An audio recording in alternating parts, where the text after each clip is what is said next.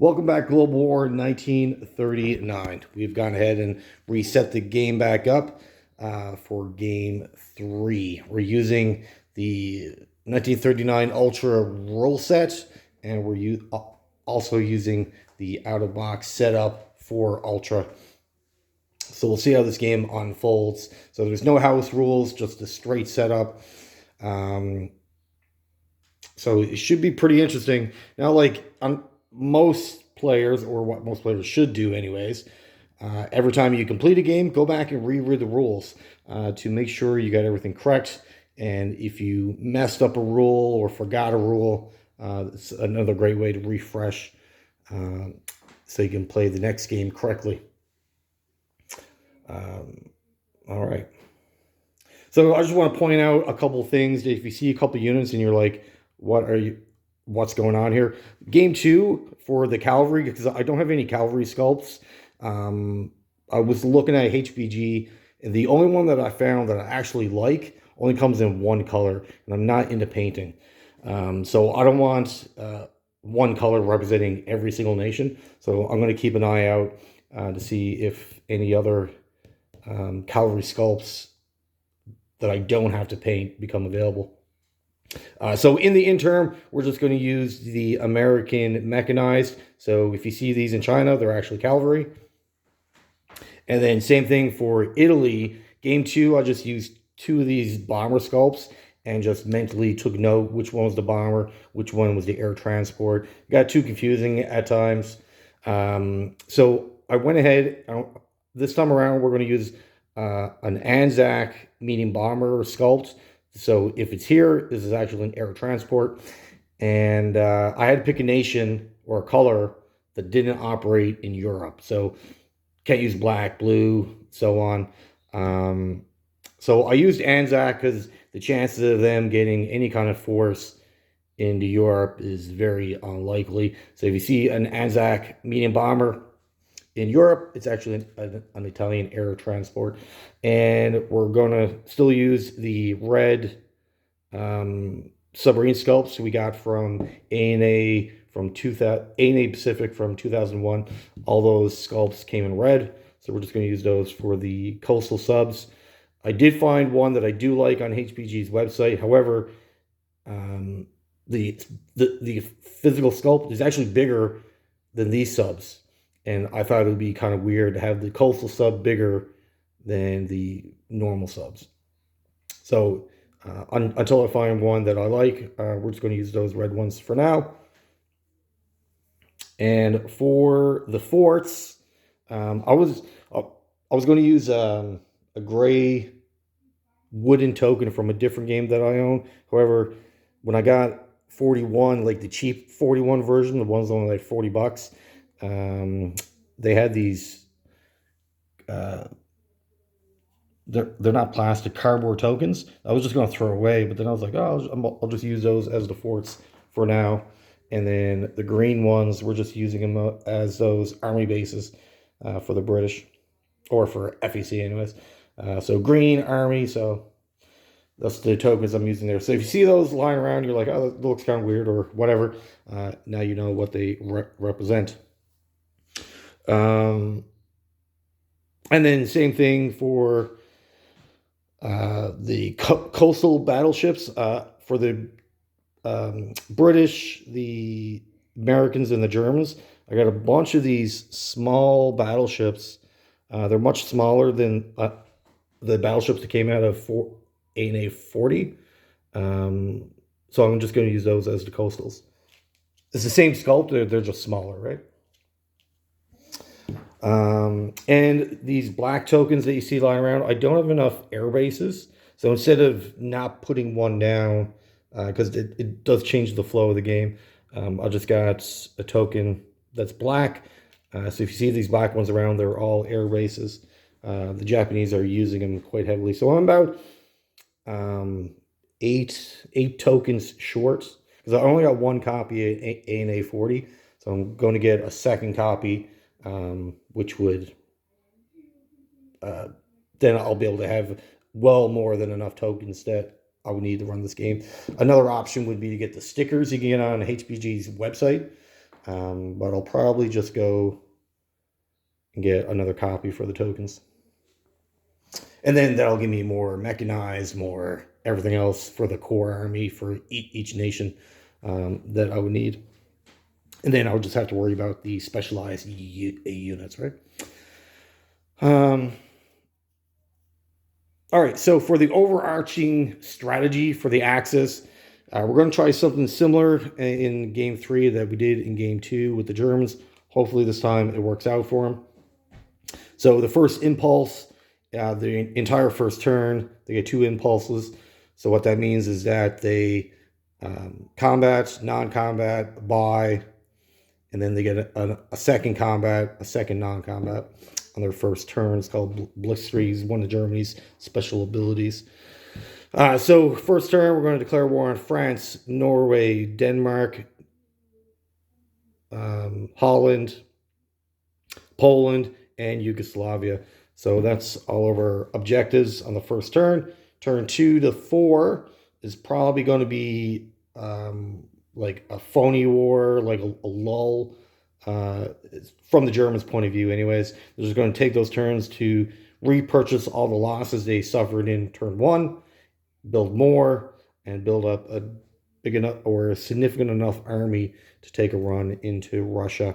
We're going to try the Southern Assault again, as a big chunk of the Russian money is in the south. It's easier for the Germans to build up because of their minor allies in these factories. And try to reinforce Scandinavia more in this game than the previous. They kind of left it alone and kind of really hurt them later on, because the Allies, when it took Oslo, the Russians took out Finland, which you're looking at it, you're like, it's $1, $3, no big deal. But it does add up. Oslo is tied to 2 national objectives, which is $10. That they were, over time, it does hurt quite a bit. So that's their objectives. Take out all these on the first turn. Go after Russia by turn 4. Previous games or this strategy, I always wanted a turn 5 attack. However, because of the actions of Russia, they've always had to go in early. So changing my expectations, we're going to go with a turn 4 assault into the Soviet Union. For Italy, their main objectives is going to be take out Northern Africa, Cairo, activate Iraq within the time frame before Iraq switches to the Allies, because right now it is pro-Axis. I believe it's turn 7 that it switches to pro-Allies, so we want to get there before that happens. And Gibraltar, take out that. That does a couple things. Prevents Allied ships from getting into the Mediterranean, and it would allow the Italians to get out into the Atlantic if need be. As you remember last game, there were about 3-4 turns too late from capturing that, really causing a lot of damage to the Germans, as the Allied transport fleet was able to sail across the Atlantic unescorted, and they didn't have to worry about the Axis whatsoever, which allowed them to put more money into army-based units as opposed to sea-based units. So big mistake. So we're going to try to get in there a little earlier. For the Japanese, expectations, early to mid-game goals. Their first priority is going to end the war in China as fast as possible. This is a major distraction. You don't get a lot of money out of it, even though the bonus is good. If you capture all of it, you do get a $7 bonus, so that's great. However, fighting China is a major distraction from other goals and other objectives that Japan does need to focus on. We're going to try to clean up these islands. Probably around turn 3, then this will all be Japanese. Gives them quite a bit of an income. And if you combine that with the Philippines and Guam, once the Americans join the war, you do get another bonus for these islands.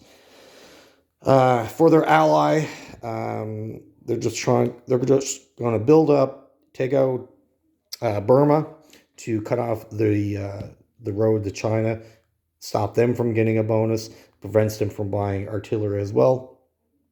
And it would also prevent FEC from getting reinforcements into China. So we want, but just by taking Burma Road, stifles out FEC, really puts China into a bad situation because they won't have an ally to rely on. And then, of course, Japan outproduces both these countries. So that's another advantage that they get. Once the China situation is under control, they're going to divert most of their attention to their navy and going after, or not really going after, but challenging the Americans in the naval combat to see which navy can get bigger. And then usually by the time Japan gets bigger in their navy size, they'll more likely attack the American navy. For the Americans, the problem, like this game and any previous version of this game, the Americans have a strong economy. They're one of the strongest allied nations. However, they're splits. So are you going to split your income between Atlantic, Pacific? Are you going to focus all on one side or the other, knowing that if you go all in on Germany, great. Germany usually gets defeated, but then Japan runs around wild and there's no containing them, vice versa. If you go all in on Japan, you keep them under control, but then the Germans and the Italians kind of get out of control. So we'll have to see how the game unfolds. Usually the first 5 turns is the Axis dictating the pace and the flow of the game, and the Allies are just reactionary until the US gets involved, and then they kind of take over the momentum. So we'll see if, so the first couple turns for the Axis, it's a mad race to capture as much territory, get their income up as high as possible, to challenge the combined effort of UK, USA, because both of these countries combined, it gets very scary. As for the Allies, their strategy is almost like a wait and see what the Axis does, and make their decisions accordingly based off the Axis actions. For Russia, their strategy. I did take a look at a few more videos and a couple of documents that kind of lay out a groundwork for a Russian strategy. I haven't found one that's really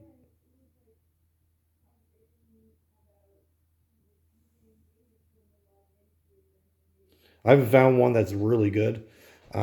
So we'll see. They're going to just kind of brace themselves for the onslaught and see if they can stop. I don't think the Russians can actually stop the Germans. They can slow them down, allowing time for the UK to make some landings into France to distract the Germans from going all in on Russia. So if they're fighting a two-front war, benefits these guys very much.